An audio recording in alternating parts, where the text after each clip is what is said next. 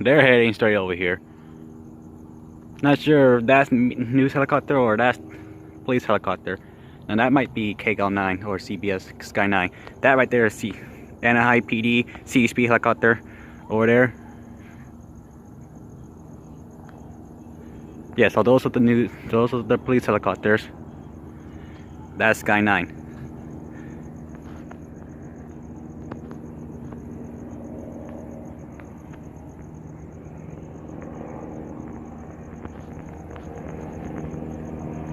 Yeah, so they were in Long Beach, they're at the airport, but they turned back around. Now they're heading back into Orange County.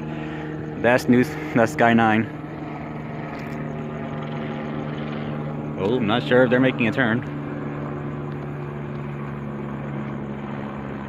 Oh, they're heading. Oh, they're heading this way.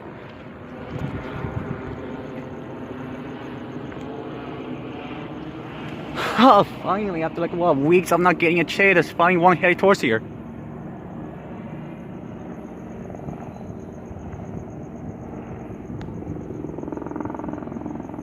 So that's Sky 9's. Who was that? I don't know. But here they are.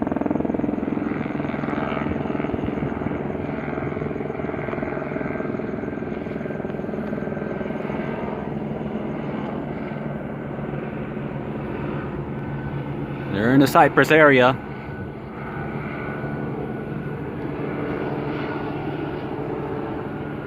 I'm not sure if they're gonna go west or eastbound, cause they're probably on Bloomfield. They're on Bloomfield probably. Oh, they're making a turn. Probably left turn. Okay, eastbound probably on Carson now. Oh.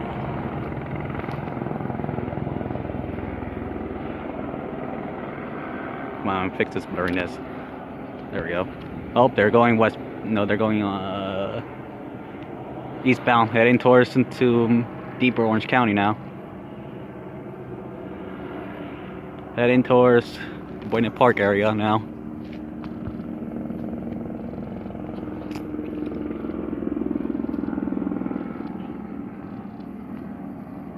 Alright, now they're heading into Orange County. Now to watch this in the chase.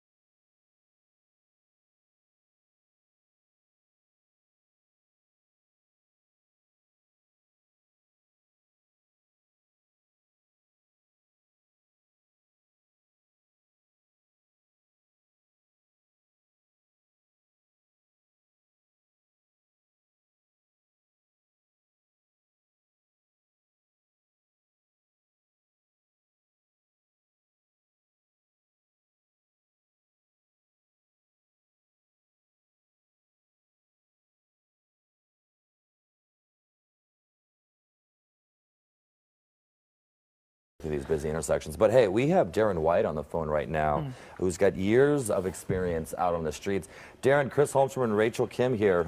Thanks for joining us live on KCAL9 News. Can you hear us? Hey, Chris. Yep, I'm with you. So I'm watching online. I've got about a minute delay here, but extremely rapid speeds here going through red lights, weaving in and out of vehicles. We've seen almost, 2 or 3 near collisions here just in the last 2 or 3 minutes. What have you heard about this situation? Have you heard anything, what the want is, or who the agency is that's actually pursuing them? I heard that it was initiated in the city of Garden Grove by Garden Grove PD. It may have been taken over by CHP, but until we get a little bit wider shot there, again, it's right through a red light there, almost tagged by a car going through the intersection. If we get a wider shot and I can see the unit, I'd probably be able to tell you what agency it is. But look, passing on the right, extremely dangerous. And this is dangerous for many reasons, because people are trained when they see lights and sirens to move to the right. And if somebody pulls in front of the officers while they're trying to pursue this vehicle, it's dangerous for everybody involved. All right, Darren, for viewers joining us now, we want to let you know that you are now watching KCAL 9 News at 9. We are following breaking news right now, a pursuit in the city of Garden Grove. Darren Wyatt on the phone with us, a retired police officer. Darren, I think I'm correct in saying that you know Orange County very well, correct? Correct. I worked most of my 30-year career in Orange County. Yes. I'm very familiar with the Anaheim Garden Grove area. And most of Orange County for that matter. But yes, we're looking at, even at 9:30 or 9 o'clock on a Sunday evening, there's still a fair amount of traffic out on these streets.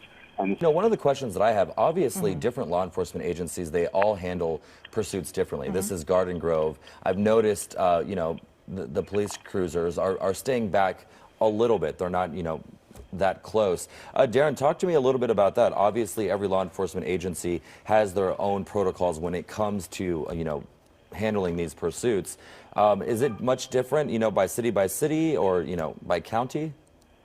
I think generally everybody has the same standards. What we do is we weigh the initial violation versus the safety, the endangerment to the public. Many times you'll see them back off like this in hopes that they aren't inciting or enticing the driver to go faster. Sometimes we see where the ground needs to back off and allow a helicopter to follow, that the drivers will actually slow down. In other cases, you don't. So they kind of weigh that. Nobody wants to see an innocent person get hurt in these pursuits and these collisions, and we do see that happen more often than we'd like. So the agencies, the watch commander for those agencies, are weighing the traffic conditions, the speed of the vehicle, how many near collisions, what they know about the driver, have they identified him, can they go arrest him later, or do they need to continue to pursue it because of the seriousness of the violation that they're chasing. Okay, we are having some technical problems. We're losing our shot, but we are getting new information into our assignment desk. They tell us from police that that pickup truck is actually a Chevy Silverado with 2 occupants inside. There's that picture again. Again, 2 occupants inside that Chevy Silverado pickup, still in the city of Garden Grove. Yeah, watching this right now, there have been reports that this vehicle has crashed into some other vehicles during this pursuit. That still needs to be confirmed. But Darren, when you're dealing with more than one person inside, I mean, there are many possibilities of what's going inside there. This person could be, along for the pursuit. It could be a hostage. Like, are the protocols different when there's more than one person inside, because you don't know, how that person is a part of this? Not really, because right now you're involved in the pursuit, and the status of that passenger will become clear as this goes on. Sometimes they're just a friend, and we've seen it several times where a passenger will jump off and run because they don't want to be involved, and the driver actually slows down. Other times they're willing participants. They've been involved in a crime together, and they're just going to go for it throughout the pursuit. There's no indication at this point that we've heard of that the passenger is a hostage in this case. In that regard, it would be handled a little bit differently. But right now, they're just continuing to pursue. One of the questions we get frequently is, well, why don't they put out spike strips, or why don't they engage in a pit maneuver? Pit maneuver specifically, way too fast at these speeds. We typically don't do a pit maneuver at over 35 miles per hour. And spike strips in this situation are very dangerous, too, at these speeds, because we see it time and time again where officers are actually struck and injured or killed by these vehicles when they're trying to deploy the spike strips. And watching this right now, just to give you a heads up, we are in South Whittier as this driver continues to go. That was probably another red light that they... Yeah. You're definitely starting to see more traffic in this area, that's for sure. Yeah. Yeah, we're getting information into our newsroom that there are no ground units following this vehicle right now. So what does that tell us, Darren? That would tell me that the watch commander for Garden Grove PD had determined that the speeds and the danger created to the public and the officers pursuing by the way this guy is driving outweighed what they know is the violation. So if it started as, something as simple as a red light violation or speed, that's an infraction. And to endanger the public in these high-speed pursuits like that, it's not worth it. But you're not seeing, even though the ground units have backed off, you're not seeing any relief of this driver. They're continuing to drive at these high speeds, making erratic turns, turning left across traffic, running red lights, etc. Watching this right now, knowing that there are no ground crews that are out there, following this pickup truck, generally speaking, how does that affect the driver's mindset? Do they generally start driving a little bit more safer because they don't feel like there's as much of a rush to get away? That is the hope. That's usually why the ground units will back off, is to hopefully get them to slow down and not endanger the public the way they are when they're driving these high speeds and driving so erratically. But you don't know the state of the driver. We don't know their level of intoxication, whether they're under the influence of drugs, whether they're in a mental crisis. We just don't know those things that can drive their activity and their actions. Again, cutting cars off left and right all the way through here. Crazy driving, even without the ground units behind them. Darren, because he is he's posing such a danger to people on the ground, will police continue to track him from the air? Oh no, cul-de-sac trapped. Looks like he's trapped. Yeah. But no one's following him, so this is probably a foot bail. Ground units, it's hard to tell. Okay. Hopefully there is a police helicopter overhead. And it's a foot bail. Yeah, we see him bailing right there. And then the driver or the passenger took off as well. We're told that a ground unit is now behind him, so the driver we see take off. Okay, in this situation, they're setting up a perimeter to try and get them in. Yep. All right, we're being told that there are no ground units behind him, but we did see the driver foot bail. I think we saw his cell phone or something flashing in his hand, right? And you could see the passenger get out as well. And, this is one of those situations, unfortunately, a lot of times they get out in a neighborhood like this, it's dark, and if there's no ground units on the floor, it's easy for them to disappear and just, go off into the night. And, this driver or this guy, just walking on his phone, who knows who they're trying to get a hold of, but they probably think that they made it and they escaped. And you can see from our chopper, we can see the streets he's on right now. He doesn't seem to be in a hurry. Is that because he just doesn't see police units around? Maybe he's not as scared right now, but he's just calmly walking across the street with that cell phone in his hand. Yeah, well, not only that, but I have yet to see a shot that shows a police helicopter involved in this pursuit. So if there's no air coverage and there's no ground coverage, then yes, they're essentially just walking away. The hope would be that law enforcement will get there, set up a perimeter and take them into custody. But if not, they'll be using forensic techniques on that vehicle to try and identify who that driver was and then go by way of complaint. There's fingerprints, they can swab for DNA. They've got multiple forensic things that they can do in that vehicle to try and ultimately identify who that driver was. Yeah, so right now, that is the driver we see right here. This is all in South Whittier.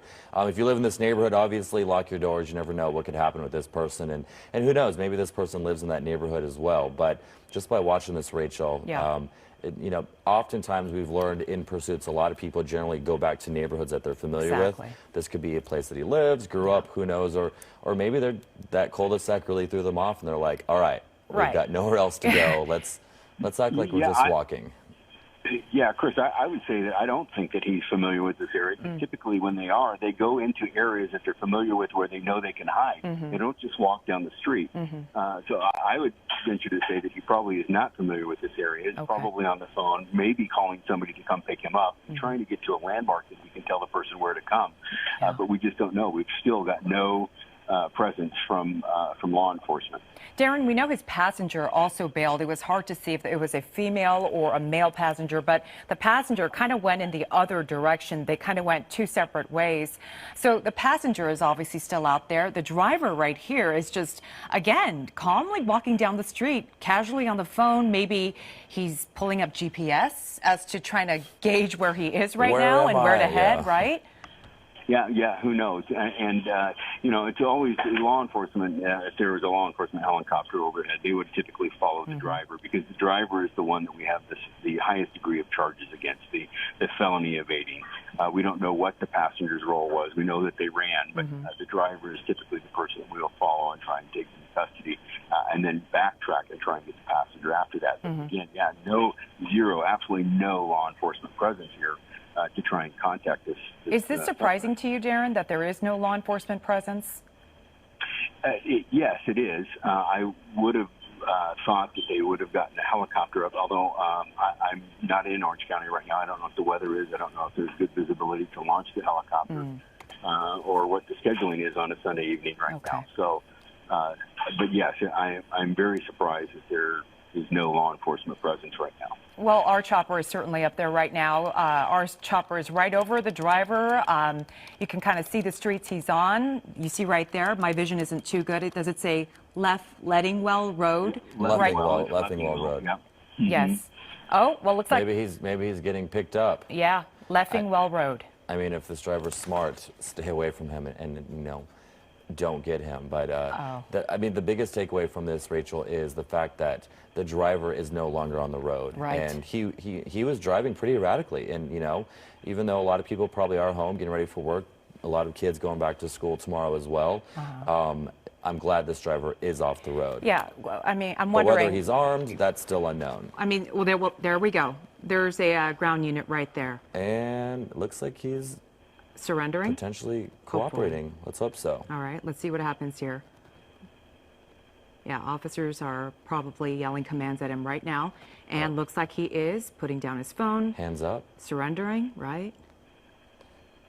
This is what we want to see. Absolutely. I mean, the fact that he wasn't running also, I guess just kind of waiting for his fate, which is, he's in police custody right now. But, traffic violation, we don't know what else that was from. We don't know who this other person is, where they went, if that was a stolen truck, their truck. But all things that we hope to learn. And now we see two black and whites right there, so.